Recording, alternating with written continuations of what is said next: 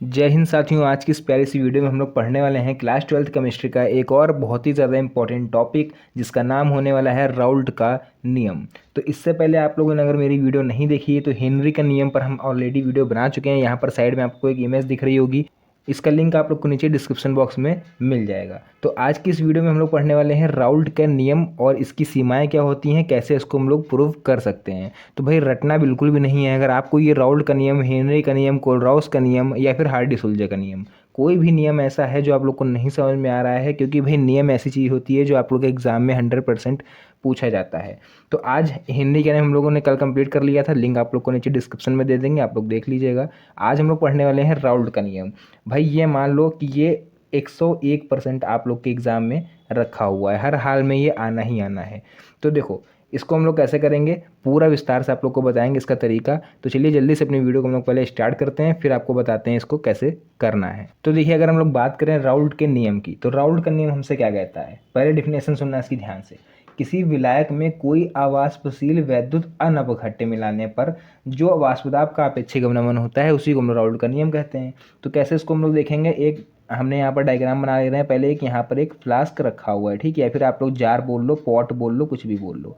इस तरह से एक जार रखा हुआ है, इसमें हमारा क्या रखा हुआ है, इस तरह से एक विलायक भरा हुआ है इसमें, ठीक है, जिसको हम लोग बोलते हैं, आप लोग बोल सकते हो वैद्युत अनपघट्य। ठीक, अभी हम आपको वही बताएंगे कि वैद्युत अनपघट्य और वैद्युत अपघट्य क्या होता है। क्लियर है? ये इसके अंदर जो हमारा पूरा है, इसको हम लोग बोलेंगे विलयन। क्या बोलेंगे? विलयन। तो यहाँ पर बच्चों जो विलयन होता है हमारा, वो दो चीज़ों से मिलकर बना होता है। यहाँ पर ध्यान देना, विलयन जो हमारा होता है वो दो चीज़ों से मिलकर बना होता है, विलायक, ठीक, विलायक प्लस विलेय।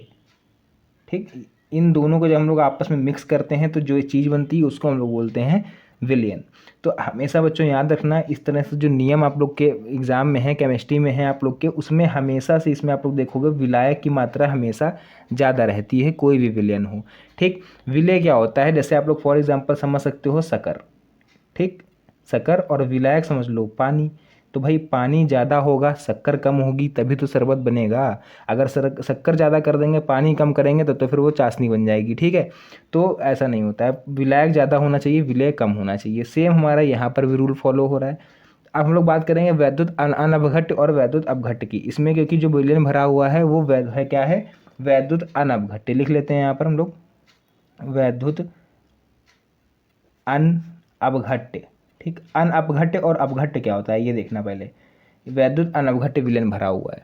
तो एक चीज़ ध्यान देना यहाँ पर बच्चों, कि हमारा जो वैद्युत अपघट्य होता है, वैद्युत अपघट्य, तो इसके नाम से ही पता चल रहा है हमको वैद्युत अपघट्य, यानी कि वैद्युत को जो आसानी से प्रोवाइड होने दे, जो फ्लो होने दे। जैसे कि हमारा आप लोग देखोगे NaCl का विलयन होता है, इसमें करंट हम लोग प्रोवाइड करा सकते हैं, इलेक्ट्रोड भी हो, आप लोगों ने पढ़ा होगा। या फिर KCl विलयन होता है, इसमें भी हम लोग जो हमारा इलेक्ट्रिसिटी होती है वो हम लोग प्रोवाइड करा सकते हैं। ठीक, दो इलेक्ट्रोड छड़ें डूबी हुई होती हैं।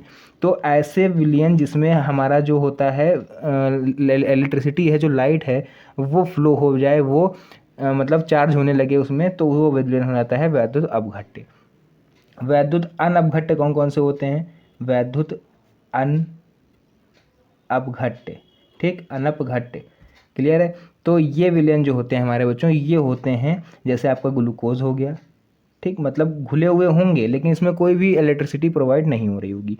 ग्लूकोज हो गया, ठीक, फ्रक्टोज हो गया, या फिर आप लोग का हो गया सुक्रोज। ठीक, जैसे कि आप लोग शरबत मान सकते हो, है ना, शरबत भी तो घोल होता है एक तरह से, तो उसको हम लोग बोलेंगे वैद्युत अनपघट्य घोल, मतलब ऐसा घोल जिसमें हमारी लाइट नहीं फ्लो हो सकती है। क्लियर हुआ? तो भाई देख लो, इसके अंदर हमारा जो भरा हुआ है वो कौन सा है, वैद्युत अनपघट्य, यानी कि ये वाला घोल भरा हुआ है। ये चीज़ क्लियर हुई आप लोग की? चलिए, तो इसमें हमारा नियम जो हमारा कहता है कि किसी विलायक में, विलायक हमारा ये है, ठीक, किसी विलायक में कोई अवाष्पशील वैद्युत अनपघट्य पदार्थ मिलाने पर या फिर घोलने पर, ठीक, इसमें हमने ऊपर से क्या डाल दिया, ये जो हमारा पहले विलायक था, मान लो पानी था, इसमें हम यहाँ मान लेते हैं, चलो वाटर लिख दिया हमने, पहले इसमें वाटर भरा हुआ है, ये जो वैद्युत अनपघट्य है ये हमने ऊपर से इसमें डाला है। ठीक, फॉर एग्जांपल मान लेते हैं हमने ग्लूकोज डाली है या फिर शक्कर डाली है, सुक्रोज, ठीक, बात एक ही होती है। शक्कर मान लो हमने ऊपर से डाली हुई है, पानी पहले से था तो मिल गया, बन गया शरबत। क्लियर? तो हम लोग इस तरह से बोलेंगे, किसी विलायक में वैद्युत अनपघट्य विलयन ऊपर से यहाँ डालने पर या घोलने पर विलयन के वाष्प दाब में जो आपेक्षिक अवनमन होता है उसी वो जो होता है विलय के मूल प्रभाज के बराबर होता है। ठीक है, तो इसको आप लोग इस तरह से समझ सकते हो कि हमारा इसमें से पहले पानी भरा हुआ था, वाटर भरा हुआ था, इसमें हमने भाई वैद्युत अनवघट्य विलयन यहाँ ऊपर से डाला यानी कि शक्कर डाली, तो जो इसका वाष्पदाब होगा उसमें कुछ ना कुछ अवनमन होगा यानी कुछ ना कुछ कमी होगी। चाय सभी लोगों ने बनाई होगी आई थिंक।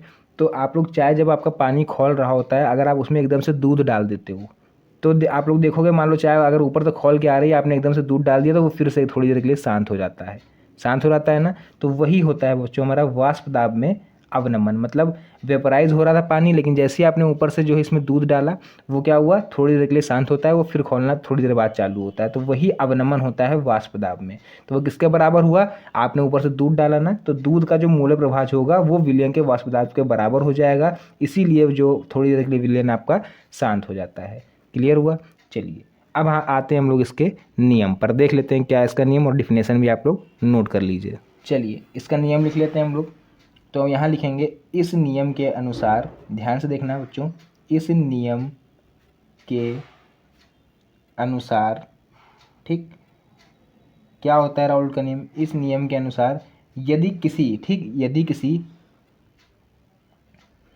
विलायक,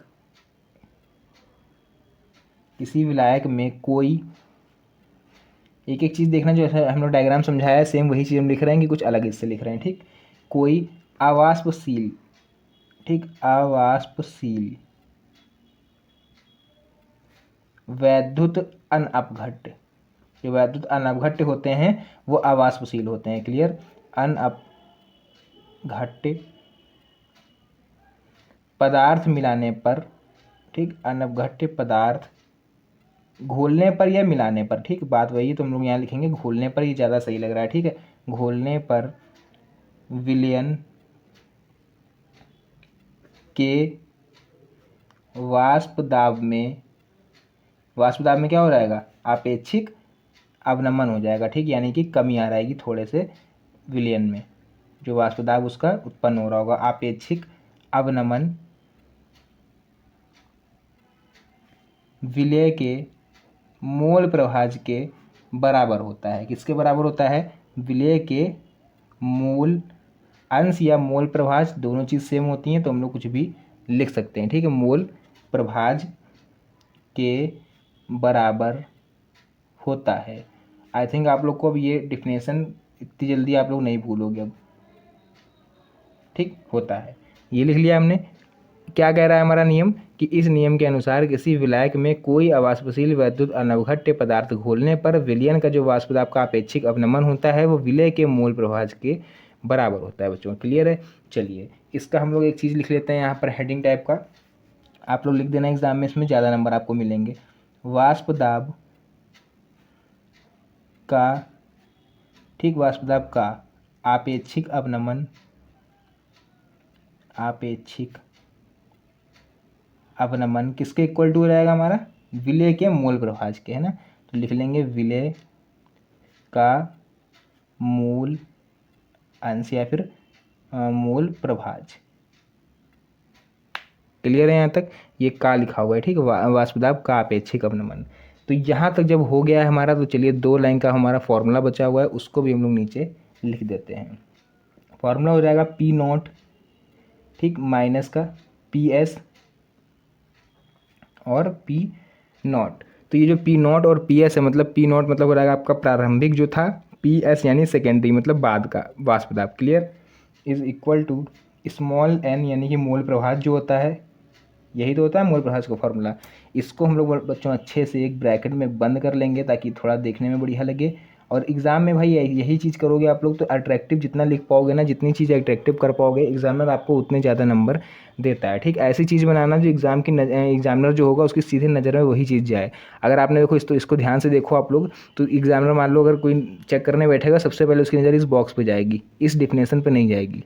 क्लियर है। तो ऐसे में आपकी जो डिफिनेशन में अगर आप लोग थोड़ा बहुत ऊपर नीचे भी कर दोगे तब भी वो आपका चल जाएगा। चलिए इसके बाद हम लोग देख लेते हैं जो तनु विलयन के लिए हमारा जो राउल्ट का नियम है वो कैसे फॉलो होता है। तो चलिए यहाँ पर हेडिंग डालेंगे नीचे हम लोग, राउल्ट का नियम हमारा तनु विलयन के लिए, है ना। तो यहाँ डाल लेते हैं तनु विलयन के लिए। जरूरी है हर चीज़ भाई, तनु विलयन के लिए।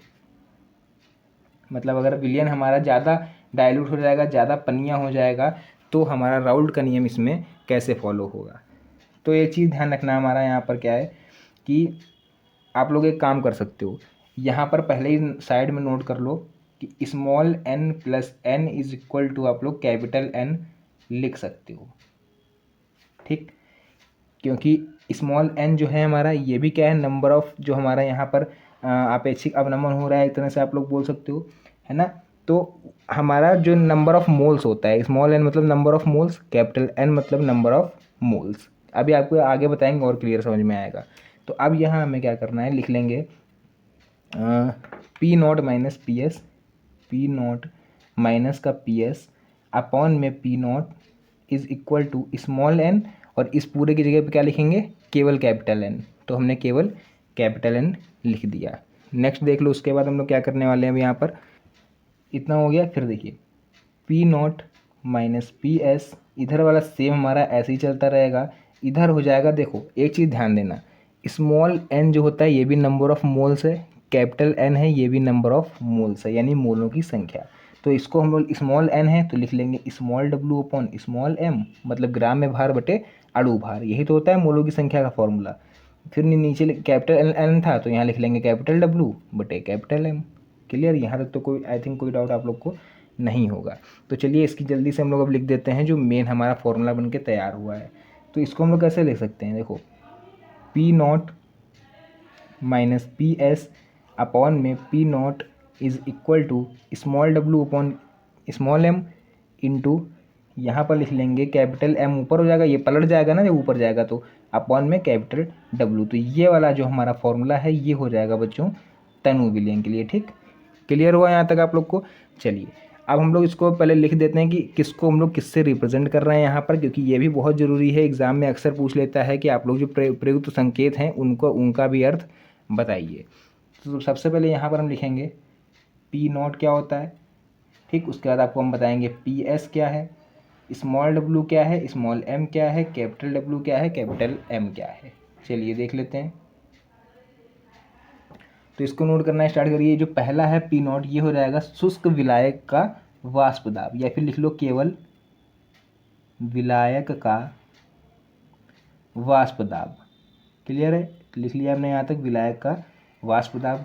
नेक्स्ट हम लोग यहाँ लिख लेंगे विलयन का वाष्प दाब, विलयन का वाष्प दाब, ठीक। क्लियर है। एस मतलब यहाँ पर आप लोग सॉल्यूशन भी बोल सकते हो, मतलब जो पहला था हमारा, और पी एस मतलब सॉल्यूशन जो डालने के बाद पूरा फाइनल क्या बन के आया। नेक्स्ट है स्मॉल w, विलय का भार, ठीक, या फिर ग्राम में भार, कुछ भी लिख सकते हो, विलय का भार। और स्मॉल m क्या हो जाएगा, विलय का अणु भार, विलय का अणु भार।